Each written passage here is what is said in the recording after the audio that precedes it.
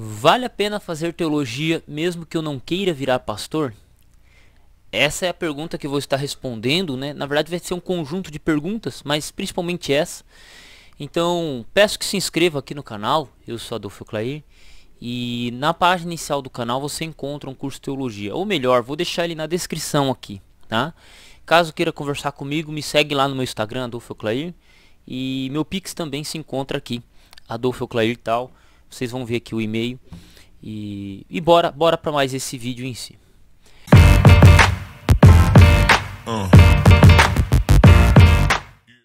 Eu tô gravando esse vídeo aqui. Se vale a pena fazer teologia mesmo não querendo ser pastor. Na verdade eu estava pensando numa coisa assim. Por exemplo, se vale a pena ser teólogo, né? Para um membro comum, ou tentando responder isso. E é interessante que é uma questão de treino. Teologia é uma questão de treino. É igual o corredor de maratona, levantador de peso, bodybuilder, né? Os caras que são os strongmen também, são aqueles caras que levantam 500, 300, 400 quilos, né? Tem campeonato strongman. Então, para cada exercício desse, você tem um tipo de função, né? um tipo de treino, Quando a gente lida com a Bíblia, você vai ter muita gente boa, cara. Eu conheço algumas pessoas que elas são boas de Bíblia, mas elas não têm um treinamento teológico. Elas nunca passaram por um treinamento teológico.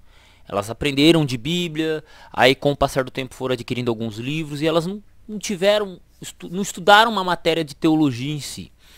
Mas esses são casos muito raros, né? São tipo assim, de todos os crentes que eu conheço, se eu te conhecer 2 ou 3 que são desse jeito é muito, né? Que são aquelas pessoas que nunca tiveram um treino teológico, nunca pisaram num seminário, nunca estudaram teologia formalmente, mas que são muito bons de Bíblia. E esses são muito raros, muito raros mesmo, assim, meus 15, 16 anos de igreja, apenas 3 eu conheço desse nível. O resto se formou em teologia, teve algum contato com a teologia via seminário teológico. E o que acontece?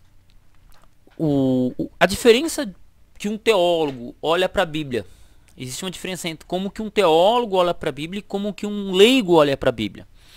O leigo muitas vezes ele interpreta o texto bíblico por via tabela, né? Via tabela. Como assim tabela? Ele interpreta a Bíblia pelo que ele ouviu em sermão, pelo que ele ouviu na escola bíblica, pelo que ele conversou com os irmãos da igreja. Então o leigo, o membro comum de igreja, normalmente ele está limitado ao convívio eclesiástico dele para interpretar a Bíblia. Totalmente normal, entende? Já quando você pega um teólogo, um cara que ele entra no seminário teológico, por mais fraco que seja, por mais tendencioso que seja, por mais, ele acaba tendo contato com outras teologias, outras visões, ele acaba tendo um treino específico para olhar para a Bíblia e um treino específico para olhar para como a religião ela é composta, né?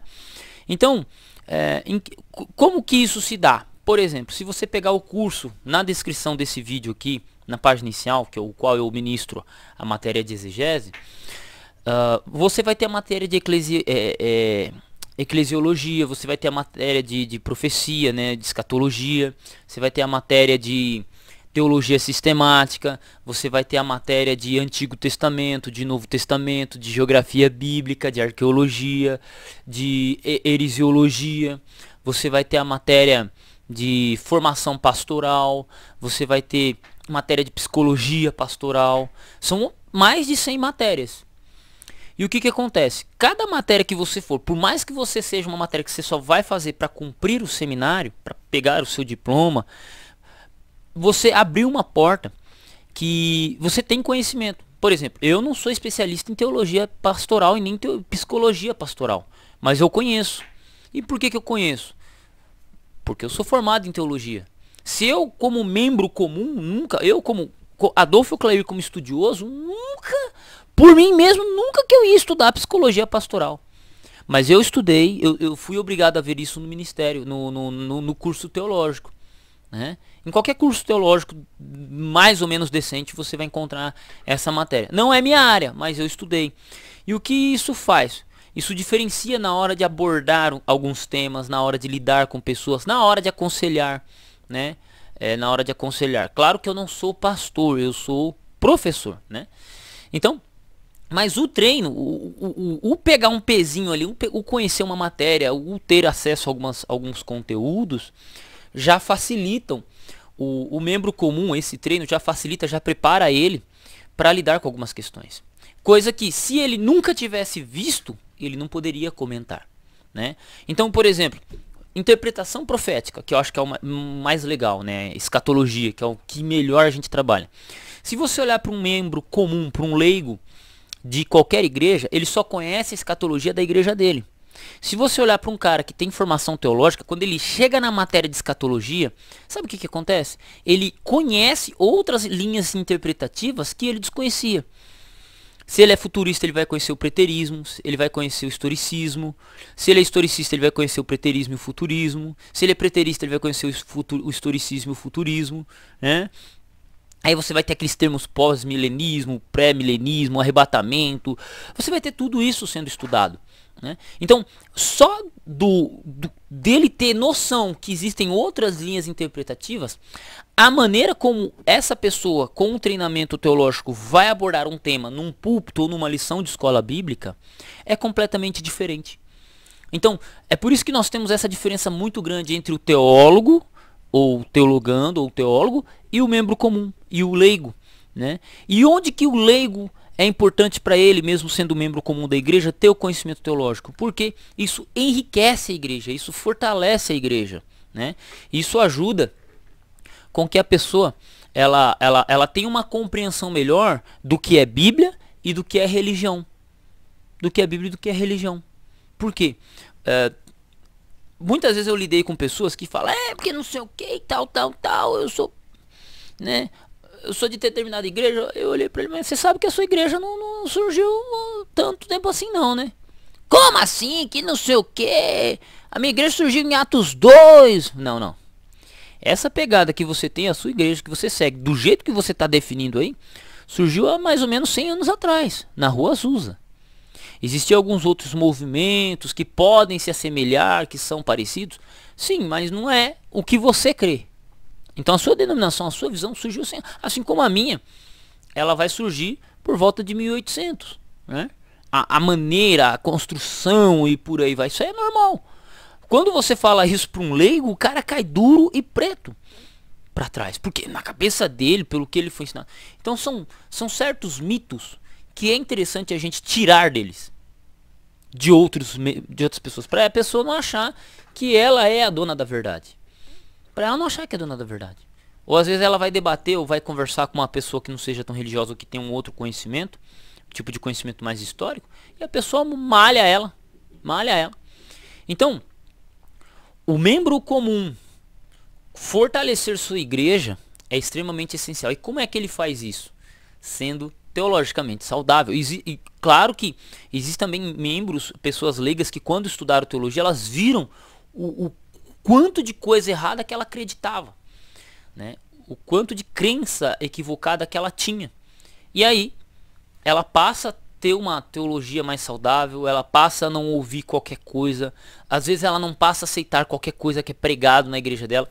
Isso, às vezes, para algumas denominações é ruim, porque tem igreja que ela valoriza a música, valoriza o reteté, o barulho, mas ela não valoriza o conhecimento aprofundado das escrituras, né? Existem igrejas assim.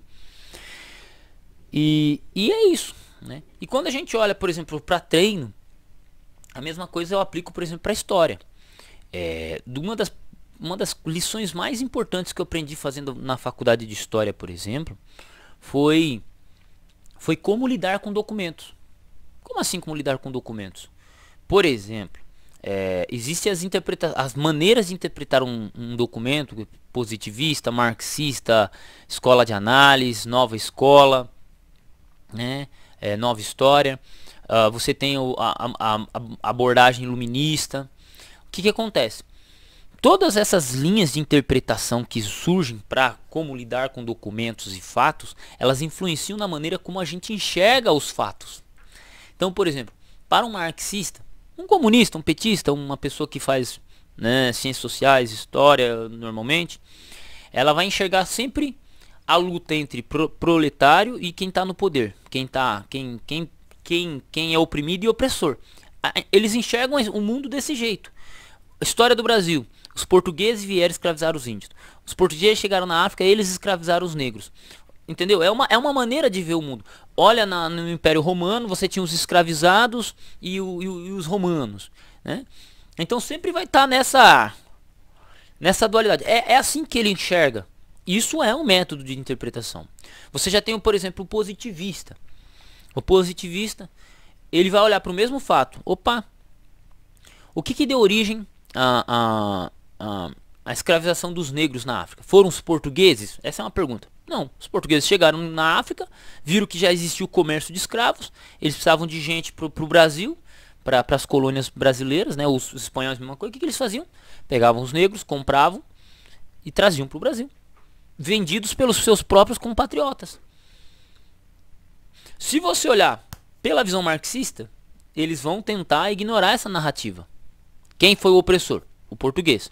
Se você olhar por uma perspectiva positivista, que ela olha para o fato documentado e mais nu e cru, o positivista ele vai dizer isso, né? Aí você vai ter o análise. Qual que é a importância, por exemplo, a escola analítica, né, a escola dos análises, vai olhar, por exemplo, para essa questão da escravização como, opa, qual é a influência que o negro trouxe e a contribuição que ele trouxe para a sociedade brasileira? Olha como que muda. Eu estou falando a mesma situação, português chegando da África e vindo para o Brasil. Veja como que cada linha observadora colocou, né? Por exemplo, os rios. A escola de análise vai olhar para os rios. Como é que os rios serviram de... Qual é a importância dos rios? Qual é a importância da negra? Qual é a importância do negro? Qual é a importância da Índia? Qual que foi a importância do português? A escola de análise vai analisar cada ponto ali, pontos específicos de indivíduos, para ver qual foi a contribuição deles para a história. Entendeu? E você olha, tá bom, Adolfo, você estava falando de teologia e agora começou a falar de história. Veja que é treino, é conhecimento, é abordagem, é a construção narrativa de como lidar com um documento pelo viés interpretativo e por aí vai. Quando a gente volta para a teologia, que é o que eu pretendo falar aqui, por exemplo, a teologia que ela é feita hoje, ela vai ter influência de teologia liberal, conservadora, né, de linha mais ortodoxa, de linha daquela galera mais inerrante, daquela galera que mais espiritualista. Então, o teólogo, quando você entra no curso teológico, num curso teológico decente, do qual eu apresento aqui página inicial e descrição do vídeo, você percebe essas coisas que você não percebia antes. Por quê? Treino. Soco, todo mundo dá. Se eu perdi para você chegar e dar um soco, você sabe dar um soco. Mas dar um soco como um karateca dá ou como um boxeador dá, é diferente. Porque existe o treino, a técnica. O cara, ele olha na maneira como que você vai comportar seu soco, né? De acordo com a sua habilidade. Como é que ele vê isso? Porque ele tem a técnica, ele percebe. E ele vendo do jeito que você vai chegar, ele já sabe desviar. Ele já sabe dizer se você é um bom lutador ou não, se você leva jeito ou não. A mesma coisa é no treino da teologia. É no treino da história. Entende? Seria essa a minha observação, a minha colocação. Caso você queira fazer teologia, aconselho muito o link na descrição aqui, o curso de teologia aqui. São mais de 100 matérias, como eu mencionei. Professores altamente treinados, né? Entende? E aguardo você, tá? Caso queira me ajudar também, trocar uma ideia, meu telefone se encontra no meu Instagram, Adolfo Clair. E caso queira fazer alguma doação também, meu Pix se encontra aqui. Desde já, muito obrigado e Deus abençoe vocês.